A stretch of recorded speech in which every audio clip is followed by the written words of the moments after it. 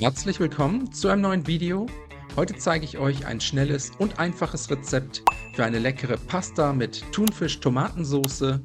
Dafür als erstes eine große Zwiebel abziehen, anschließend fein hacken. Außerdem habe ich hier noch 2 bis 3 Knoblauchzehen, ebenfalls abziehen, dann fein hacken. Wenn das erledigt ist, eine große Pfanne mit einem guten Schuss Öl erhitzen, Zwiebeln und Knoblauch in die Pfanne geben und für 2 bis 3 Minuten unter gelegentlichem Wenden darin anschwitzen.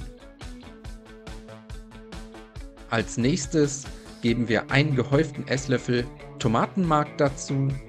Das Tomatenmark unterrühren, für ein paar Sekunden mit anrösten lassen.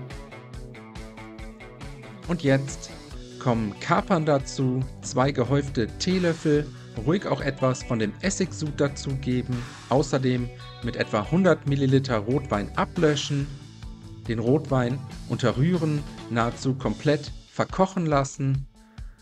Und wenn das erledigt ist, kommen auch schon die restlichen Zutaten dazu, 2 Dosen Thunfisch inklusive dem Saft und Aufguss, außerdem 500 ml passierte Tomaten dazu gießen, 2 Teelöffel italienische Kräuter bzw. Pizzagewürz, eine kleine Prise Zucker und zum Schluss eine gute Prise Salz sowie frisch gemahlener Pfeffer.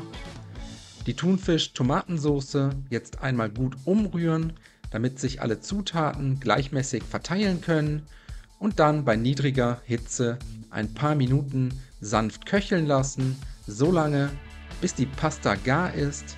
Nebenbei setzen wir also einen großen Topf mit reichlich gesalzenem Wasser für die Nudeln auf, das Wasser zum Kochen bringen,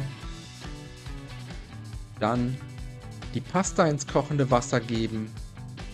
Ich habe mich heute für Penne entschieden, die Nudeln nach Packungsanweisung bissfest garen und anschließend über einem Nudelsieb abgießen, kurz abtropfen lassen und dann am besten sofort servieren.